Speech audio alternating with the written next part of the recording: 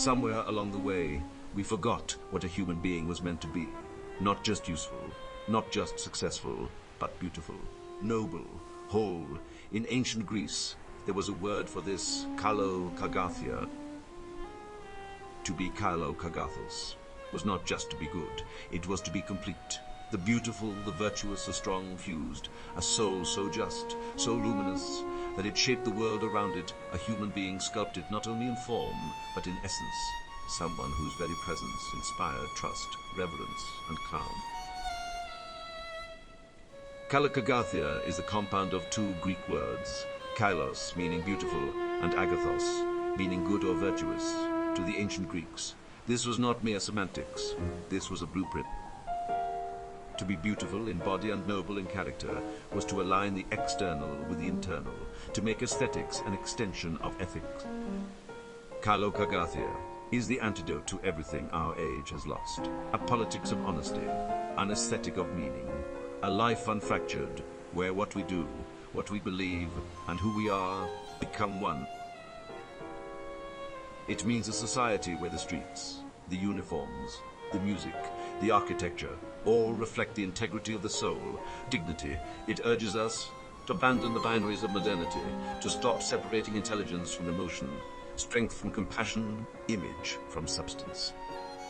We are drowning in surfaces, an age of hollow beauty and commodified virtue, Instagram perfection with no moral weight, politicians who speak of values they do not live, institutions whose facades crumble under the weight of hypocrisy. But Kalokagathia, radical in its quietness, insists that form must follow soul, that beauty must be the outer shape of an inner truth. Beauty without virtue is decadence. Virtue without beauty is denial of the human longing for harmony.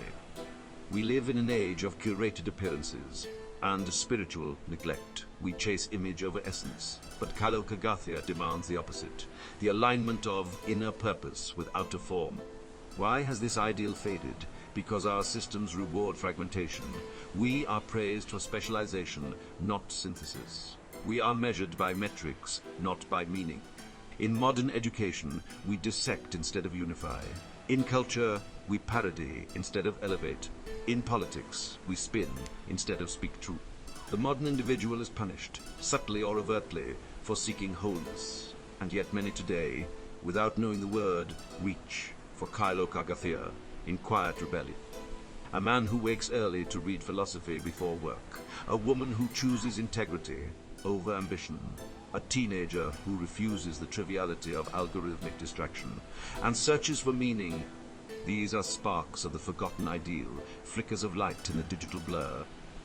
But what about those in power? Can someone rise to meaningful leadership today and remain true to Kalokagathia?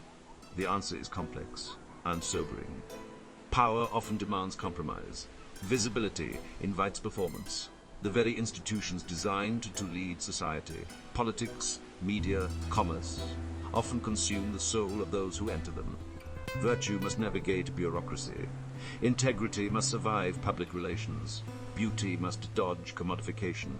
If Kalokagathia is the marriage of virtue and beauty, then politics, at least in its ideal form, should be its natural home. Plato envisioned the philosopher king, one who governed not by appetite or ambition, but by wisdom and internal harmony. In the best moments of history, this came close.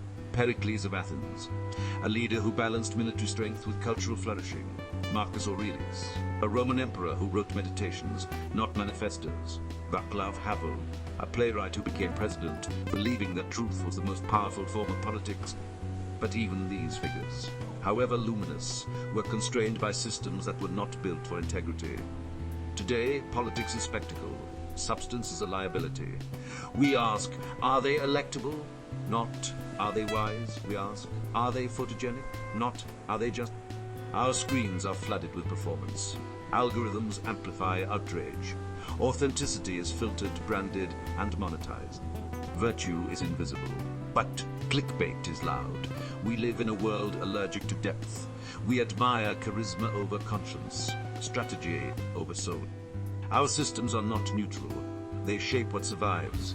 A leader today who speaks with conviction, acts with restraint, and refuses to pander, that person is not just rare, they are often unelectable. The architecture of power corrodes the inner life. It forces choices between ambition and truth. And Kalokagathia, which thrives in synthesis, dissolves under the acid of political expediency. So what now? Can it change? Only if we change. Only if we shift the incentives.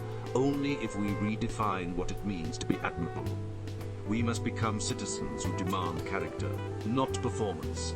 We must build schools that teach courage and music, logic and wonder. We must construct cities that dignify the human form, not overwhelming. Kalokagathia is not nostalgia. It is a radical reorientation, not backwards but inward. This is not a call to return to marble temples. It is a call to return to the soul. Imagine a country that lives like this again, one that refuses to be boastful and broken and has become luminous, where the youth study the lyre and Plato, where the elderly are honored, where architecture sings and politics listens. This is not impossible, but it requires memory and courage and a refusal to play the game as it is currently set. The true revolution begins in the mirror, not of vanity, but of virtue. Kalokagathia is not a slogan, it is a fire, and once you feel it, you can never go back to the grey.